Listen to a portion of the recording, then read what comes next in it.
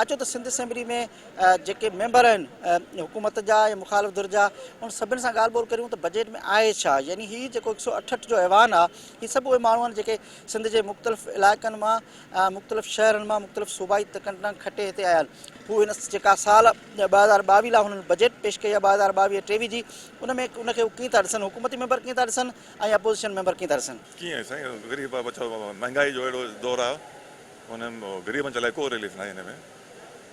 पाणी बंदि आहे, कणिक बि महांगो थी वियो आहे, आटे जो मथे को रिलीफ न है, तो छा जो गरीब जो बजट है। ये इम्पोर्टेड हुकूमत का बजट है जो हम आवाम दुश्मन बजट है और ये सिंध गवर्नमेंट जो वफाक को पैरवी करते हुए वो तमाम चीज़ें आवाम पर डाल रही है जो कभी नहीं डाला।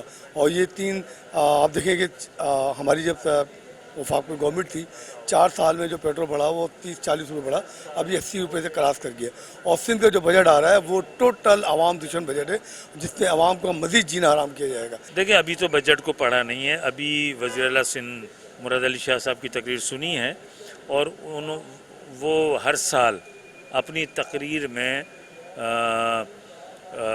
आवाम को नवीद ही सुनाते हैं, अच्छी अच्छी बातें बताते हैं। और अब देखना ये है कि इस बजट में इन्होंने क्या रखा है, हेल्थ सेक्टर में क्या रखा है, एजुकेशन सेक्टर में क्या रखा है, ट्रांसपोर्ट सेक्शन में क्या रखा है। जितने ये सोशल सेक्टर हैं जिनका बराह रास्त आवाम के मसले मसाइल से ताल्लुक़ है उसको अब देखने के बाद अंदाज़ा होगा। वरना पिछले बजट की जो सूरत हाल थी वो बड़ी ख़राब थी। हर साल बजट में तरक्याती बजट में भी इजाफ़ा हो रहा है, नॉन डेवलपमेंट साइड पे भी इजाफ़ा हो रहा है और हुकूमती अखराजात भी बड़ी तेज़ी से बढ़ रहे हैं। बजट नंबर गेम में तो बड़ा शानदार बजट है और इसमें बड़े तरक्याती स्कीमें 450 अरब रुपए और 1713 अरब रुपए जो कि मुल्कों का बजट होता है वो इसमें सूबे का बजट है। लेकिन असल चीज़ है बजट पे अमल दरामद होना। अगर बजट की तरक्याती स्कीमों पे अमल दरामद हो जाता है तो हम कहेंगे अच्छा बजट है।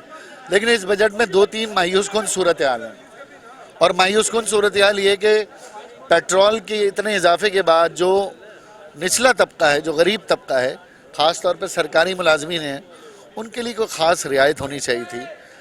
पेट्रोल की रियायत होनी चाहिए थी बजाय कि 20 ग्रेड और 21 ग्रेड के अफसरान को देने के। बजट में टैक्स फ्री बजट है, को भी नओ टैक्स कोन लगो आहे, फाइनेंस बिल कोन्हे। ही जेको पहिरीं असां कयो हींअर पाण टैक्स घटाया आहिनि, वर्गी नओ टैक्स को भी कोन लॻो। सिंध गवर्नमेंट जो जेको परफॉर्मेंस आहे नंबर 1 त हिकिड़ो त उन हिसाब सां जी असांजे दोस्तनि ॿिनि ॿुधायो, तव्हां बि ॿुधियो हूंदो सीएम साहब जी स्पीच में त कोई टैक्स कलेक्शन कोन्हे, नओं टैक्स कोई न आहे।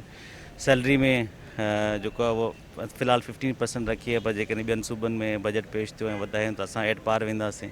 तमामु घणियूं सुठियूं शयूं आहिनि हिन बजट में। अहिड़ा मुख़्तलिफ़ टैक्सिस आहिनि एक्साइज़ टैक्सेशन जा जेके असां ख़तमु कया आहिनि। उन में एंटरटेनमेंट टैक्स आहे, ॿियो जेको असांजो कारोबारी तबिको आहे, एक्सपोर्ट जे लाइ आइटम्स आहिनि जिन ते टैक्स असां मुकमल तौर ते ख़तमु कयो आहे।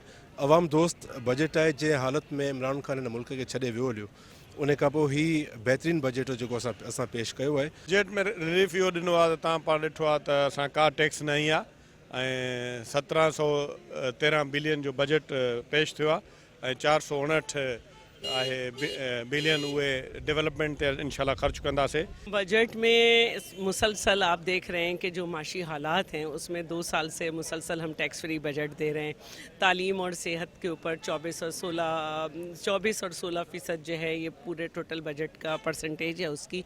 इसके अलावा जो है बहुत सारे इसमें ऐसे जो मेगा प्रोजेक्ट्स हैं उसमें भी कराची के ऊपर ख़ासी तवज्जो दी गई है। तो मैं समझती हूँ एक अच्छा बजट है, इसको मज़ीद पढ़ा जाएगा। आपने देखा तो है किस माहौल में स्पीच हुई है। 3 साल असां वफ़ाक कहिड़ो ज़ुल्म करे वेठो, हींअर उहो असां वफ़ाक जी गवर्नमेंट सम्झ हिकिड़ी गॾियल तौर इतादी ठहियल है, बेहतर है। इन वजह सां सम्झो हींअर जेका बजट है 15% इंक्रीमेंट जे हवाले सां बेहतर है। मुख़्तलिफ़ सेक्टरनि ते साईं मुराद अली शाह साहब नज़र रखी 25% असांजी एजुकेशन में जेके इज़ाफ़ो कयो वियो, 19% असांजो हेल्थ में इज़ाफ़ो कयो वियो, 65% असांजी अकिलत में जेका बजट जो इज़ाफ़ो कयो आहे। बजट सुठो हमेशह असां ग़रीब दोस्त बजट पेश कंदा आहियूं सिंध वारा हमेशह। ऐं डेवलपमेंट बजट सां वधाई आहे ताकी रोज़गार पैदा थिए ऐं डेवलपमेंट भी थिए। उन सां गॾोगॾु ख़ासि तौर ते पुअर प्रोटेक्शन जे हवाले सां तक़रीबन 26 अरब रुपया रखिया आहिनि। अहिड़े क़िस्म जा ॿिया बि खोड़ प्रोग्राम आहिनि ऐं उन्हनि में असां पैसा रखिया आहिनि ताकी ग़रीब माण्हू खे फ़ाइदो थी सघे। यकीनन हिकिड़ो त टैक्स फ्री बजट आहे, को बि नओं टैक्स न लॻो आहे। हुन सां गॾो गॾु काफ़ी सारी शयुनि में जेके प्राइवेट कंपनीज़ कमु करणु चाहिनि थियूं उन्हनि खे बि सेल्स टैक्स लॻल आहे, उनखे घटि करण जी कोशिशि कई वई आहे। 15% सैलरी जेकी आहे, जंहिंखे सैलरी वारा पर्सन उन्हनि खे रिलीफ ॾिनो पियो वञे। माशाल्लाह अॼु जेका बजट जेका पेश कई वई आहे, ख़ासि तौर करे असां मुल्क जो असांजो ज़रई मुल्क आहे, उन जे लाइ तमामु घणियूं सहूलियतूं ॾिनियूं वियूं आहिनि। फेडरल गवर्नमेंट में बि ठीकु आहे, जेके बि आलात आहिनि ज़रई आलात आहिनि उन्हनि ते ड्यूटी फ्री कई अथऊं। हिते बि सिंध गवर्नमेंट में बि ख़ासि तौर करे सीड या जेके आहिनि भाण उन्हनि जो जेके आहिनि उन्हनि जो ड्यूटियूं घटि कयूं अथऊं। नाज़रीन, तव्हां गुफ़्तगू ॿुधी।